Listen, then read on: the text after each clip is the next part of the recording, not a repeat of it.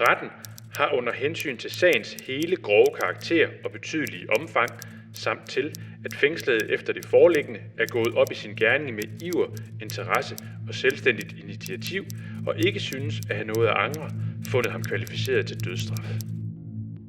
Retsopgøret var jo noget, der foregik i hele Danmark. Der var faktisk rigtig mange danskere, der blev dømt efter 2. verdenskrig. Der var 46 danskere, der fik dødsstraf og efterfølgende blev henrettet af de danske myndigheder. 16 af dem blev henrettet ved skydning her uden for Viborg. Vi sidder lige nu i nævningesalen inde i Vestre Landsret i Viborg. Og landsretten var jo det sted, man appellerede underretsdommene til. Og det vil sige, at alle de 16 domme, der blev eksekveret her i Viborg, blev også appelleret her til Vestre Landsret og blev påkendt. Altså der er simpelthen blevet afsagt dødsdomme inde i det her rum, hvor vi sidder lige nu. 22. april 1947. Rigsadvokaten mod Christian Egede Lundholm. 10 kendes for ret. Fængslede Christian Egede Lundholm bør straffes på livet. Efterfølgende blev dommene alle sammen appelleret videre hele vejen til Højesteret. Hvis det var dødsdom ved Højesteret også, så blev de dømte sat ind i arresten herovre i Viborg, inden de skulle henrettes ude i Undalslund.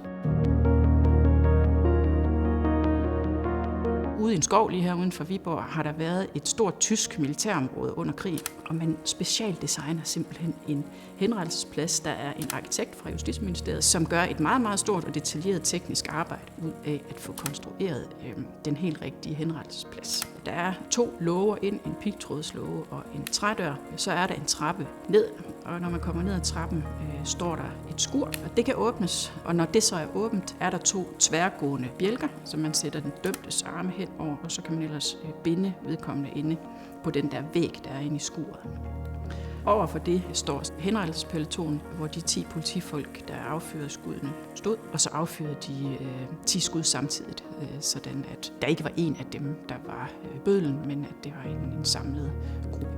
Øverst oppe i loftet sidder der sådan en stor projektør, dem var der 2 af, så der var lys om natten, når henrettelserne fandt sted. Og fra det her sted, hvor henrettelsespeletonen stod, og så over til skydeskuret, hvor den dømte stod, var der kun 5 meter.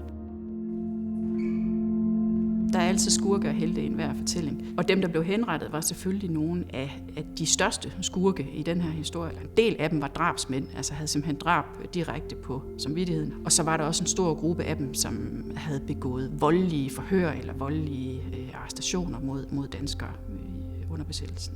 Hvis vi skal komme med et eksempel på en af dem, der blev henrettet her uden for Viborg, Christian Egede Lundholm. Han blev tidligt sådan fascineret af Tyskland og fik arbejde hos Gestapo. Han var en af dem, der blev en af de rigtig, rigtig hårde torturbødler i forbindelse med Gestapos forhør. Altså han var en af dem, der udførte forhør på fanger under ekstremt voldsomme omstændigheder, hvor fangerne er lænket, og hvor de får tæsk med knytnæver og knibler, får slået tænderne ud, og også det der er værre. Det er det, han bliver dødsdømt for. Det er de her ekstremt brutale forhør, der i nogle tilfælde har udviklet sig til regulære tortursager.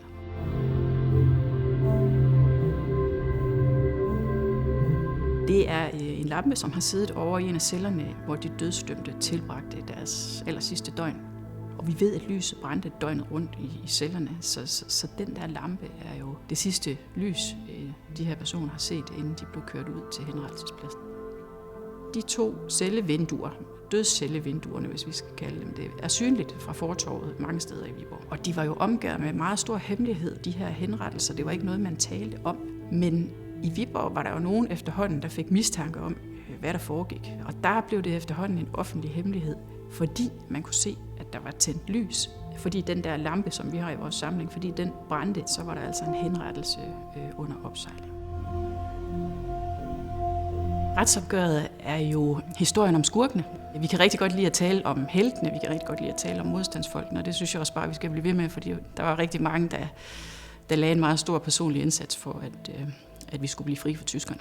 Men vi skal jo også snakke om skurkene, altså det er jo en del af den her historie, og det er også en vigtig del af den.